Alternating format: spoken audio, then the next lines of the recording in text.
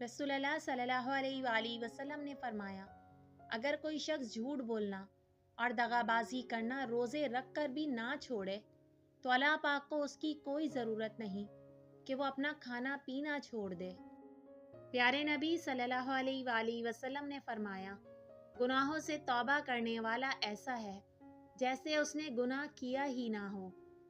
رسول اللہ صلی اللہ علیہ وآلہ وسلم نے فرمایا، جب رمضان شروع ہوتا ہے تو جنت کے دروازے کھول دیے جاتے ہیں، جہنم کے دروازے بند کر دیے جاتے ہیں اور شیاطین کو قید کر دیا جاتا ہے۔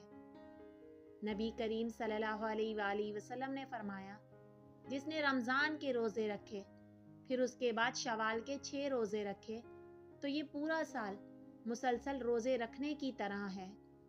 رسول کریم صلی اللہ علیہ وآلہ وسلم نے فرمایا، لوگو اللہ کے حضور توبہ کرو، کیونکہ میں دن میں 100 مرتبہ اللہ کے حضور توبہ کرتا ہوں۔ نبی کریم صلی اللہ علیہ وآلہ وسلم نے فرمایا، سبحان اللہ والحمد للہ ولا الہ الا اللہ واللہ اکبر۔ اللہ پاک ہے، تمام تعریفیں اللہ کے لیے ہیں، اللہ کے سوا کوئی معبود نہیں اور اللہ سب سے بڑا ہے۔ ان الفاظ کا بولنا مجھے ہر چیز سے زیادہ عزیز ہے جس پر سورج طلوع ہوتا ہے۔ رسول اللہ صلی اللہ علیہ وآلہ وسلم نے فرمایا، جس شخص نے خلوص دل سے اذان کا جواب دیا وہ ضرور جنت میں داخل ہوگا انشاءاللہ۔ نبی کریم صلی اللہ علیہ وآلہ وسلم نے فرمایا، جس شخص نے 2 بچیوں کی پرورش کی حتیٰ کہ وہ بالغ ہو گئی ہوں تو وہ روزے قیامت اس طرح آئے گا کہ میں اور وہ اس طرح ہوں گے، اور آپ صلی اللہ علیہ وآلہ وسلم نے اپنی انگلیاں ملائیں۔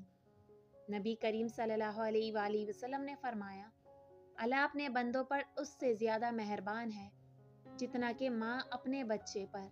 سبحان اللہ۔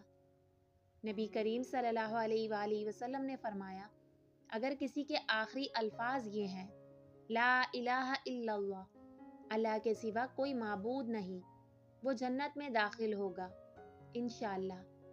رسول اللہ صلی اللہ علیہ وآلہ وسلم نے فرمایا، قرآن کی 30 آیتوں کی ایک سورت نے ایک آدمی کی شفاعت سفارش کی تو اسے بخش دیا گیا۔